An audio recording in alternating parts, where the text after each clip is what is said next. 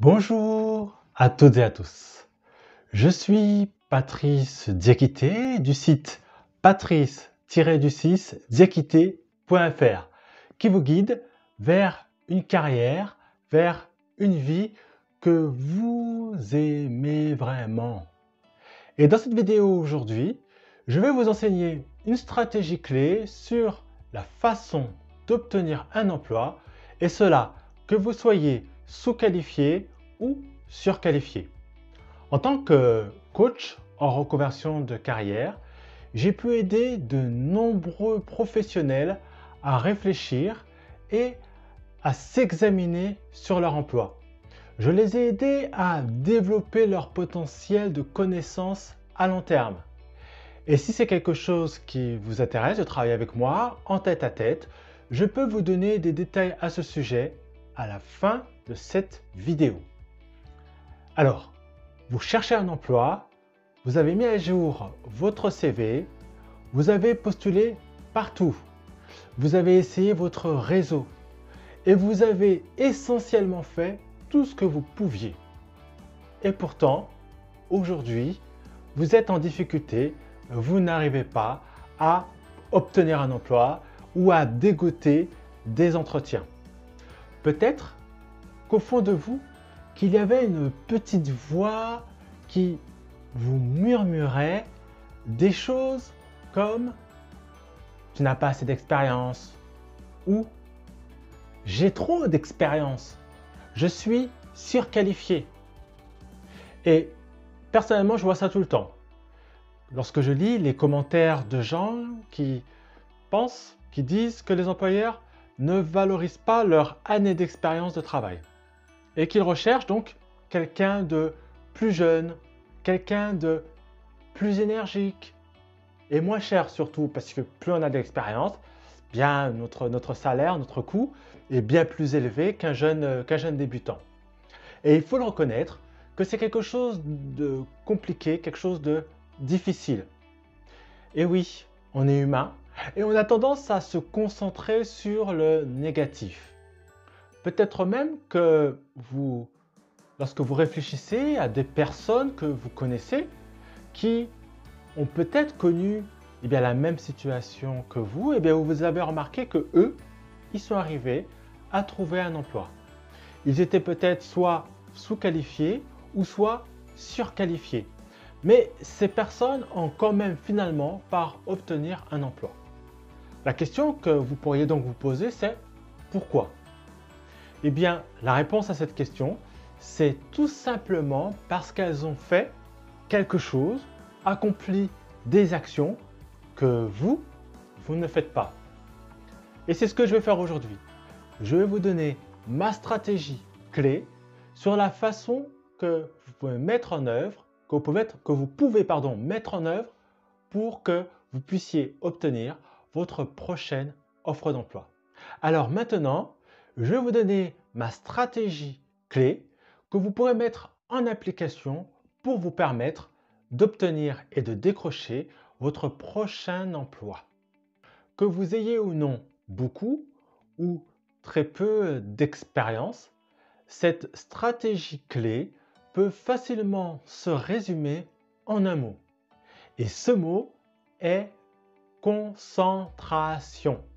Oui, lorsque vous rédigez votre CV ou lors de vos entretiens, concentrez-vous. Oui, concentrez-vous sur les aspects clés du poste que vous occupiez et qui sont pertinents bien évidemment pour le poste sur lequel vous postulez. Ce que je veux dire par là, quand je parle de concentration, il ne s'agit pas ici de se laisser distraire ou de se laisser absorber par vos autres expériences. Non. Concentrez-vous sur l'expérience ou les expériences en lien avec le poste pour lequel vous postulez. Et cela signifie donc que vos compétences clés, que vos qualifications techniques, que votre expérience ou vos connaissances, tout ce qui est lié au poste pour lequel vous postulez, vous devez essentiellement vous concentrer sur ces aspects. Imaginons que vous êtes quelqu'un qui a très peu d'expérience et que donc vous vous considérez comme quelqu'un de sous-qualifié pour cet emploi. Vous souhaitez postuler, mais en même temps, eh bien c'est compliqué. C'est compliqué parce que vous avez peu d'expérience. Imaginons que vous vouliez être un professionnel du marketing. Si par exemple vous avez récemment obtenu votre diplôme et que vous souhaitez occuper un poste dans le marketing, eh bien ce que vous pouvez faire, vous pouvez parler de la formation ou de certains projets que vous avez pu mettre en place ou certains aspects que vous avez étudiés à travers vos cours.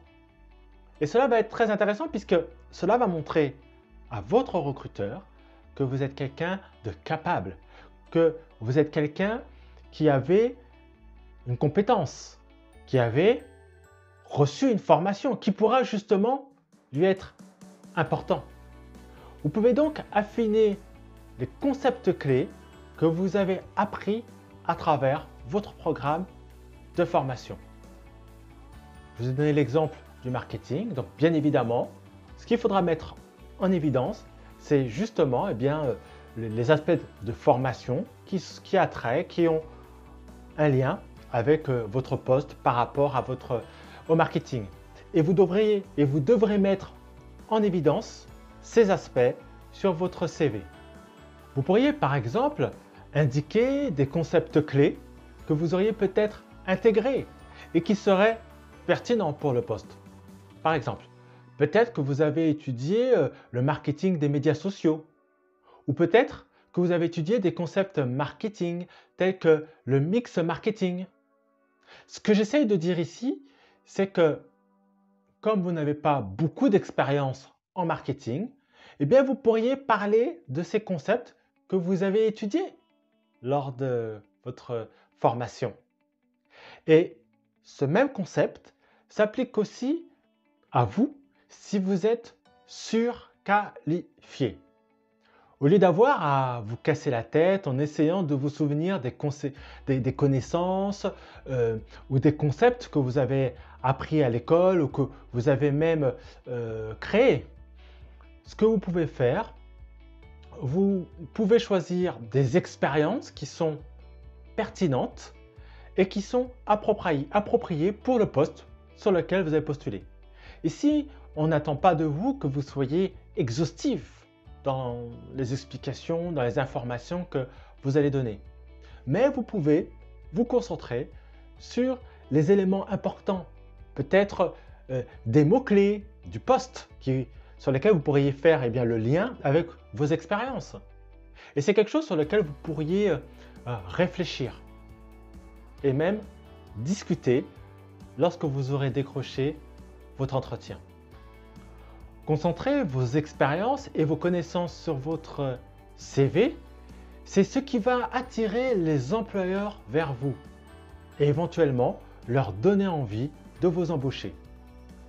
Maintenant, si vous avez aimé cette astuce et que vous souhaitez obtenir plus de conseils sur la façon d'améliorer votre CV, eh bien, n'hésitez pas à télécharger une copie de mes 8 hacks de CV ultimes qui se trouvent dans la description.